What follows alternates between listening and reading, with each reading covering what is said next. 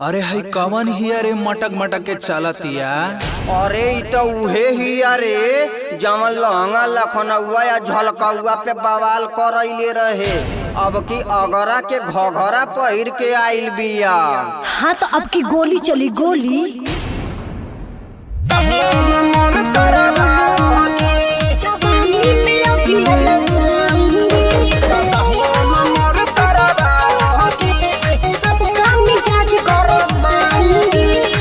Music by Aman rock.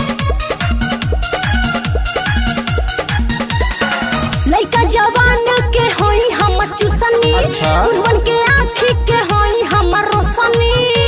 ए बाबू बुझाता कि ना? बुझाता। लइका जवान के होई हमर चुसनी, बुढ़वन के आँखी के होई हमर रोशनी। अरे जिया हो। सब काम मिजाज गरम मांगी।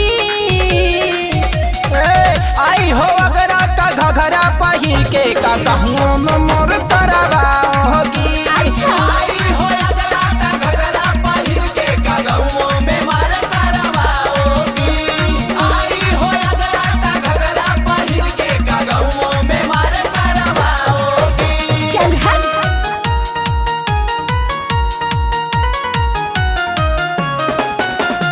कहूं में मोर तरवा होगी। सब काम मिजाज गरम मांगी। एही में चाप के मुँह दूंगी तुझको, उम्र है अभी 17 रे।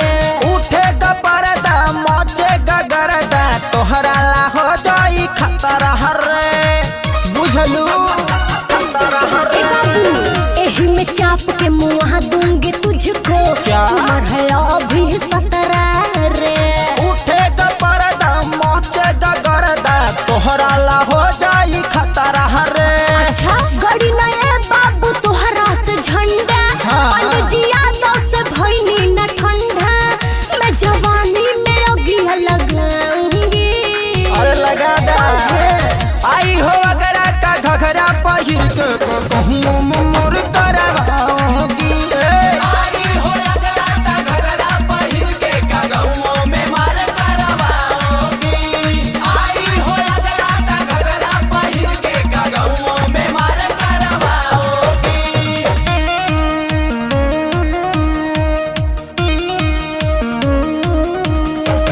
सब काम मिजाज गरम मांगी। कहूं मोर तरवा होगी। जवानी में अगिया लगाऊंगी।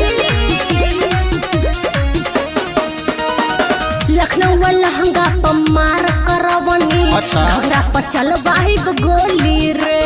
बहुत जाके बैंड कहूंगा कैंड हो जाएगी बंद बोली रे। बुझलू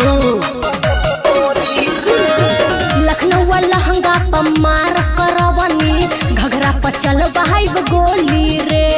बहुत जाके बैंड कहूंगा कैंड हो जाएगी बंद बोली रे। अरे जा नीर सबीर के हो हाथों नयनी, जख्मी सजन के हो ठेंगा देखवनी। हाँ। पूरा यूपी बिहार हिलाऊंगी।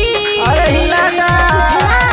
आई हो अगरा का घघरा पहिर के कहूं मोर तरवा होगी। आई हो अगरा का घघरा पहिर के कहूं में मार तरवा होगी।